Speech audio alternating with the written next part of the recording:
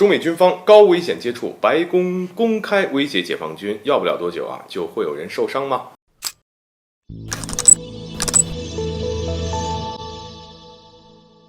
各位好，欢迎来到赵特长观察室。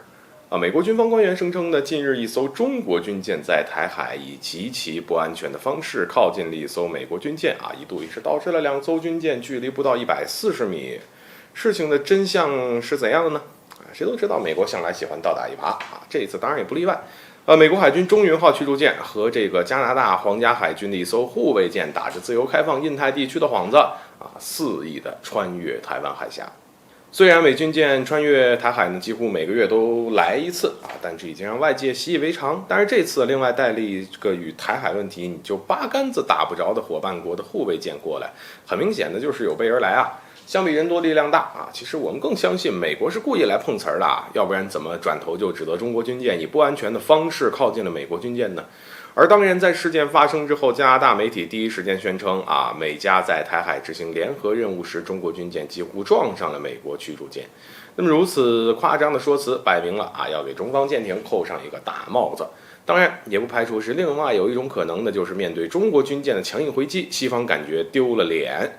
据悉呢，在美加军舰在台海进行军事活动期间解放军军舰以相当快的速度切入中云号船头的前方位置。那么按照美国印太司令部的说法中国军舰以危险动作拦截美舰危险吗？可能是美国故意夸大其词，伪装成一副受害者的模样。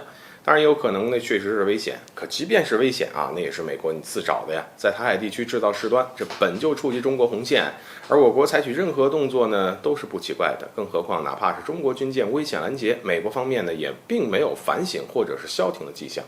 而针对中美军方在台海的高危险接触，白宫直接公然向中国发出了威胁。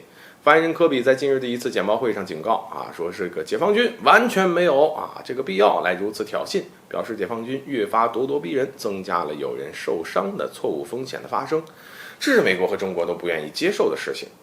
讽刺的是，科比评价美军部署中国周边的行为呢是专业且符合国际法的，然而指责解放军的做法却是不专业不安全。那什么又是不专业不安全呢？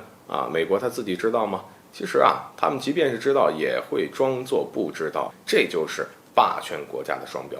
只是美国想错了，中国在任何方面或许都能够一忍再忍，但在维护国家主权和领土完整上没有一点的容忍度。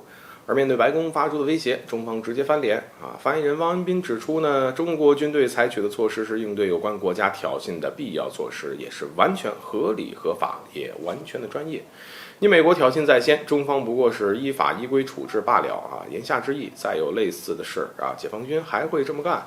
什么是专业呢？就如网友所说的那样，面对美国这样的国家，打赢它就是专业，这是我们的标准，也是最新的标准。你美国天天到中国家门口耀武扬威，到底是谁在挑衅其实他自己比谁都清楚。总之别逼解放军采取更为强硬的措施。相比俄罗斯，中国的血性也不低。好了，本期节目就到这里，欢迎点赞转发，留下你的精彩评论。